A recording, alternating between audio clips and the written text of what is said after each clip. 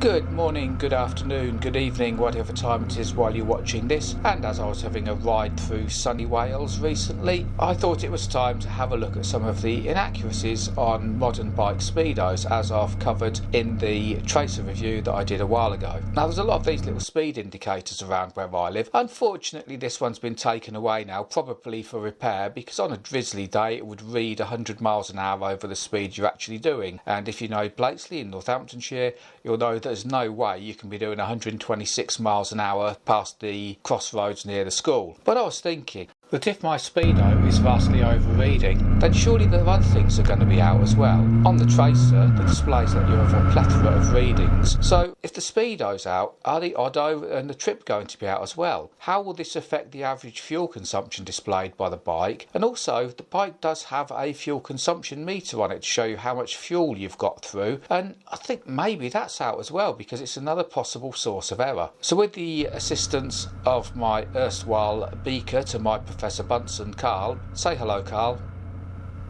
Outside, feeling a bit shy today. We had a look into this and did a very non-scientific study with a sample size of 1, but just to compare speedos from a few different bikes, and particularly having a look at the tracer to see if other things are out as well. So starting with the speedos, I checked my sat-nav speed indications against as many of these little speed indicators as I could find, and it turns out the sat-nav agreed with the speed shown on the speed indicator. So we're going to look at the sat-navs as being the accurate version of the speed. I don't know how well calibrated the speed displays are, so that's another source of error. So with my bikes, Carl's bike and a car, we went round and checked the speeds and compared them to the sat-navs. First thing we did was do 60 miles an hour and see what the sat-nav read, and then do 60 miles an hour on the sat-nav and see what the bike or the car was saying. And here's a table of the result. You can see from this that the modern up-to-date tracers read out quite a long way at 60 miles an hour. They read 10% over, and also all the way through the speed range as far as I've been able to tell.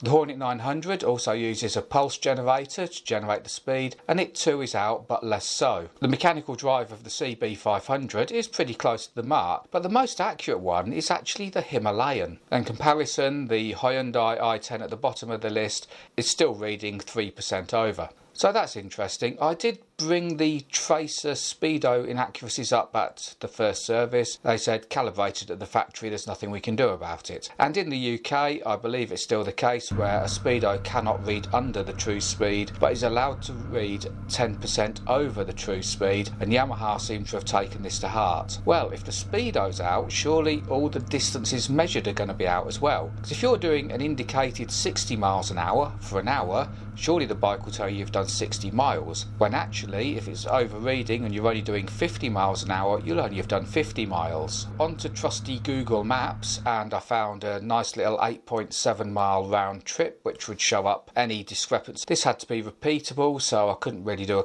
100-mile trip because that'd just be taking up too much time. As well as the bikes and the car, I also took 2 Zumo 400s, a Zumo 550 and a TomTom rider out with me, with Carl in the passenger seat of the car, checking the mileages of these as we went round the loop. Turns out that the sat-navs all agree with the distance on Google Maps, so we'll take this as probably the accurate measurement. Again, these are within 1/10 of a mile, so it's not terribly accurate. But the distances measured by the bikes were quite different. You can see here the Tracer 9, the most modern of the bikes, is reading 3% over, and the Himalayan is reading 1% under. The car, the Hyundai i10, is actually reading 3% under the actual distances covered. So it's interesting that the speedo inaccuracy for measuring the speed is a lot greater than the inaccuracy in the distances measured. As I mentioned earlier, the Tracer's got a few other things on it, including an average fuel consumption and how much fuel you've used. So it's time to get on the Tracer for a few miles. It's no good just doing 20 miles and seeing how much fuel you can squeeze in. You need a bit more than that. So I went for a total of 6.6 gallons worth of fuel according to the bike display. That works out at 30 litres. To ensure I could be as accurate as possible when filling up, I filled up at a certain pump at a garage in Daventry, and then after I'd hit the 6.6 gallons consumption filled up at exactly the same pump to try and reduce any errors as much as possible, and I put in 29.45 litres, which is actually 6.48 gallons. Now you might think that's an easy way of working out your miles per gallon, but you've got to remember there's also going to be a discrepancy between the odometer mileage and the actual mileage. Doing a quick calculation based on the fuel the bike thinks it's used over the distance it thinks it's been and the actual ones as far as can be determined, we get these figures. However, looking at the average over the 12,000 miles the bike has done, and I did reset the average fuel consumption when I picked the bike up, it's doing 61.4 miles per gallon according to the bike. Although the actual fuel consumption